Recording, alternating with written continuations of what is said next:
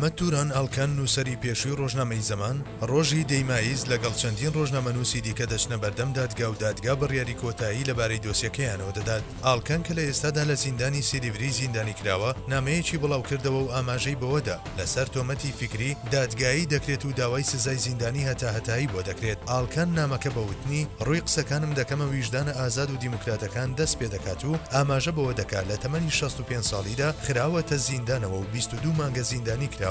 لە درێژەی نامەکەدا هاتووە داواکاری گشتی داوای زیندانی هەتاهەتایی و 15 ساڵ زیندانیکردنم دەکات. 15 نووسینیشم وەک بەڵگە بۆ ئەم سزایە پیشاندراوە. هیچ بەڵگەیەکی دیکە نییە. لە کاتێکدا ئەم نووسینانە لە یاسای تورکیادا بە بەڵگە هەژمار ناکرێن. من ئێستا بە یاسای خاوەنشکۆکان دادگایی دەکرێم. تەنانەت ئەگەر ملیشم بە چەقۆ ببڕن چەقۆکە نالێسمەوە. داوای لێبوردن لە زاڵم ناکەم. لە کارمەندانی سیاست ناپارێمەوە بۆ ئەوەی ئازادم بکەن.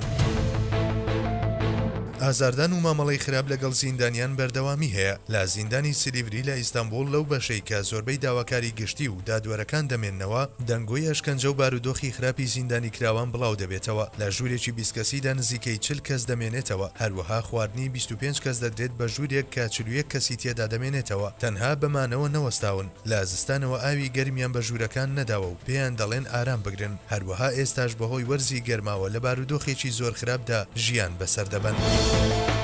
لە کۆزانی شاری ئادانا خەدیجە ئێزگی ئۆرچان دوای ئەوەی بەهۆی باری نائاساییەوە لە کارەکەی دوور خرابەوە و لەبەر خەم و خەفەت تووشی نەخۆشی شێرپەنجە بوو دوێنێ گیانی لەدەستدا. مامۆستا خەدیجە کە تاکو ئێستا دادگاییکردنی بەردەوامە نەیتوانی بوو بەشداری دانیشتنی کۆتا دادگایی بکات. مامۆستا خەدیجەی 33 ساڵ خاوەنی 3 منداڵ بوو. مامۆستا خەدیجە بە گریانەوە بە خاک سپێردرا.